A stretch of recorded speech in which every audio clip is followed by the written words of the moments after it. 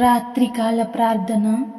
మహాపరిశుద్ధమైన, ప్రేమ, నమ్మకమైన గొప్ప దేవ, సర్వోన్నతుడా, సర్వకృపానిధి కలిగిన గొప్ప దేవ, బహుకృప కలిగిన యేసయ్య, మహోన్నతుడా, మహిమకు అర్హుడా, స్తోత్రాలకు అర్హుడా, నీకే వందనాలు చెల్లిస్తున్నాం.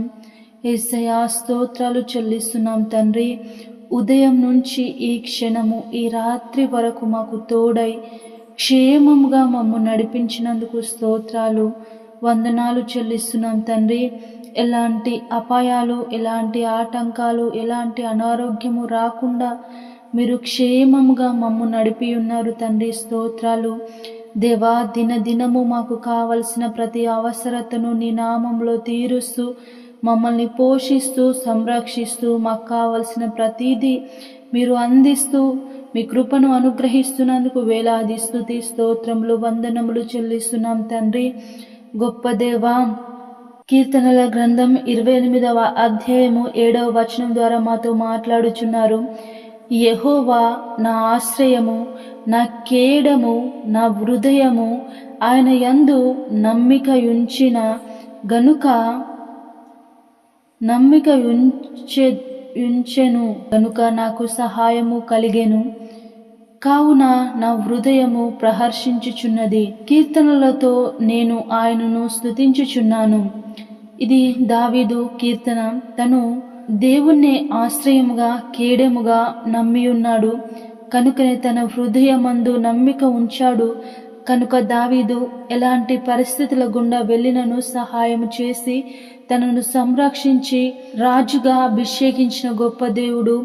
మనం కూడా మన యొక్క సమస్యలలో, ఇబ్బందులలో దేవుని సన్నిధిలో మొరపెట్టినట్లయితే మనకు కావలసిన సహాయంను అందించగలిగిన దేవుడు కనుక యేసయ్య, మీరు మాకు సహాయమును అందించండి తండ్రి. మేము ఎలాంటి పరిస్థితుల్లో ఉన్నా మాకు సహాయము చేయగలిగిన ఏకైక గొప్ప దేవుడు. మేము ఎలాంటి స్థితిలో, కృంగిన స్థితిలో ఉన్నను లేవనెత్తుగా వాడవు, బలహీన స్థితిలో ఉన్నప్పుడు బలపరచు వాడవు తండ్రి.